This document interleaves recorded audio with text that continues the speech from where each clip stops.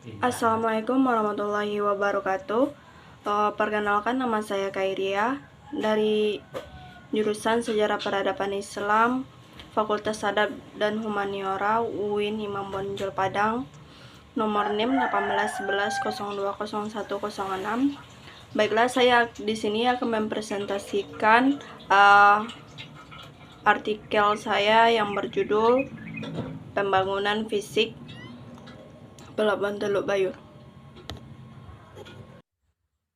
Baik, di sini saya akan menjelaskan artikel saya yang berjudul Pembangunan Fisik Pelabuhan Teluk Bayur. Yang pertama, masuk dalam pendahuluan. Pelabuhan Teluk Bayur memiliki peranan penting dan sebagai pusat dalam semua aktivitas yang berhubungan dengan pelabuhan, yaitu seperti aktivitas ekspor, impor, bongkar muat barang. Pelabuhan Teluk Bayur selain sebagai tempat aktivitas ekspor dan impor, juga merupakan tempat berinteraksi masyarakat dalam berbagai kepentingan. Pelabuhan Teluk Bayur ini dahulunya sudah dikelompokkan dalam IBW, yang merupakan pengelompokan untuk pelabuhan besar Indonesia, bersama dengan Pelabuhan Tanjung Priuk di Jakarta, Semarang, Surabaya, Belawan, Palembang, dan Makassar. Selanjutnya, penelitian yang pernah dilakukan tentang Pelabuhan Teluk Bayur ini oleh yang pertama yaitu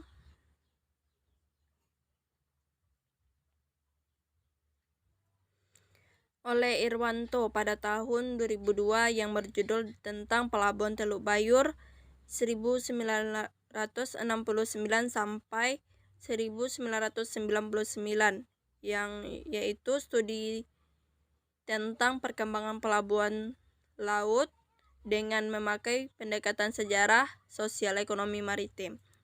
Ia menjelaskan peranan pelabuhan laut dan cukup baik dalam menampung perkapalan yang berlabuh serta melihat kegiatan ekspor impor di Pelabuhan Teluk Bayur yang begitu pesat selama abad 20 pada tahun 1969 sampai 1999. Selanjutnya, pada penelitian yang dilakukan oleh Yesi Hariose pada tahun 2002 juga, yang berjudul Teluk Bayur sebagai Pelabuhan Samudra, yang membahas suatu kajian historis pada tahun 1969 sampai tahun 2000.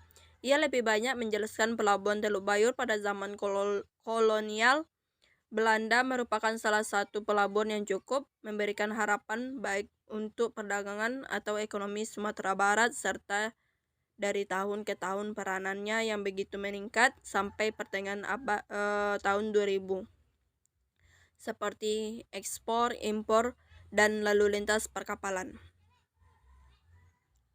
Selanjutnya, yang dilakukan oleh Friska Priona pada tahun 2016 yang berjudul tentang perkembangan pelabuhan perikanan Sumatera Barat Samudra Bungus sebagai sentra tuna di wilayah Indonesia bagian barat pada tahun 2006 sampai 2015, yang menyatakan bahwa PPS Bungus merupakan salah satu pelabuhan perikanan yang sangat penting karena mempunyai letak geografis yang sangat strategis, yakni di pantai barat Pulau Sumatera. Hal ini sangat menguntungkan bagi kegiatan ekspor impor perikanan. Begitu juga dengan potensi perikanan musim yang relatif sangat besar mencapai 915.000 kilometer persegi dengan potensi tuna 124 ton per tahun. Selanjutnya kita masuk dalam metode penelitian. Metode yang digunakan dalam penelitian ini yaitu metode sejarah. Metode sejarah ini dapat beberapa langkah, yaitu heuristik, kritik sumber, interpretasi, dan kemudian historiografi atau penulisan.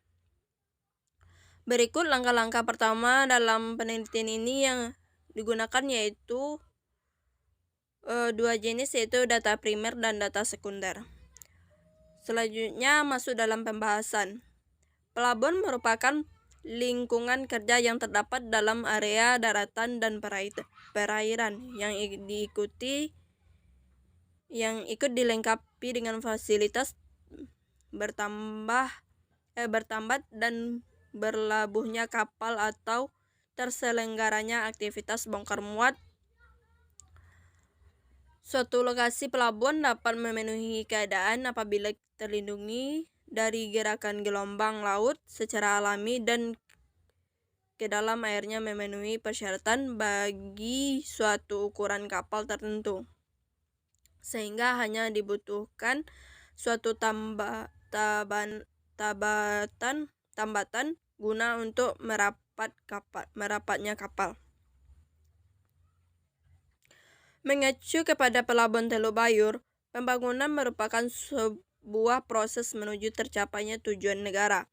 Baik faktor yang terlibat dalam pembangunan tersebut saling berhubungan satu dengan yang lainnya.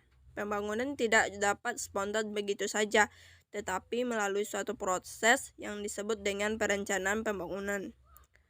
Sedangkan pelabuhan merupakan tempat yang terdiri dari daratan, perairan di sekitar dengan batas-batas tertentu sebagai tempat kegiatan pemerintahan dan kegiatan ekonomi yang dipergunakan sebagai tempat kapal bersandar, berlabuh, naik turun penumpang, dan atau bongkar muat barang yang dilengkapi dengan fasilitas keselamatan, pelayaran, dan kegiatan penunjang pelabuhan serta sebagai tempat perpindahan antar moda transportasi. Dengan adanya proyek pembangunan pelabuhan Teluk Bayur pada tahun 1988 sampai 2021 terjadi regulasi lahan penduduk dengan luas kurang lebih 10 hektar untuk digunakan sebagai pembangunan fasilitas sarana prasarana. Luas lahan tersebut digunakan untuk pembangunan fasilitas sarana prasarana seperti gudang, dermaga, lapangan penumpukan barang, sarana bantu, navigasi, dan lain-lainnya.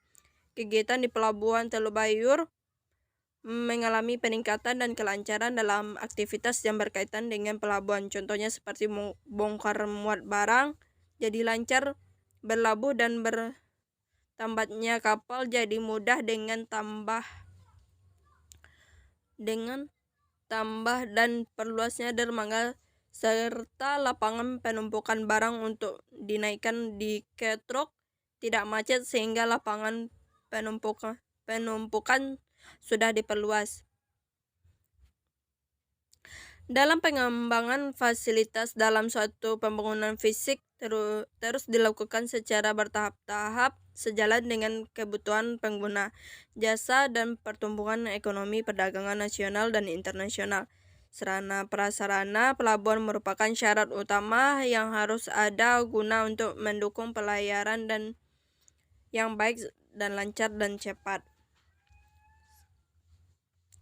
Kemudian proyek fasilitas yang lain seperti sarana bantu navigasi, pemecah gelombang atau pelayaran lain yang tahunnya berbeda serta ikut dalam meningkatkan kelancaran dan dalam kegiatan pelabuhan. Khusus untuk proyek pembangunan dermaga pada tahun 1973 karena sebelumnya sudah ada beberapa dermaga pada tahun itu yang sudah dibangun. Baik, sekian dari penjelasan dari artikel saya. Berikut adalah liputan sekitaran Pelabuhan Teluk Bayur.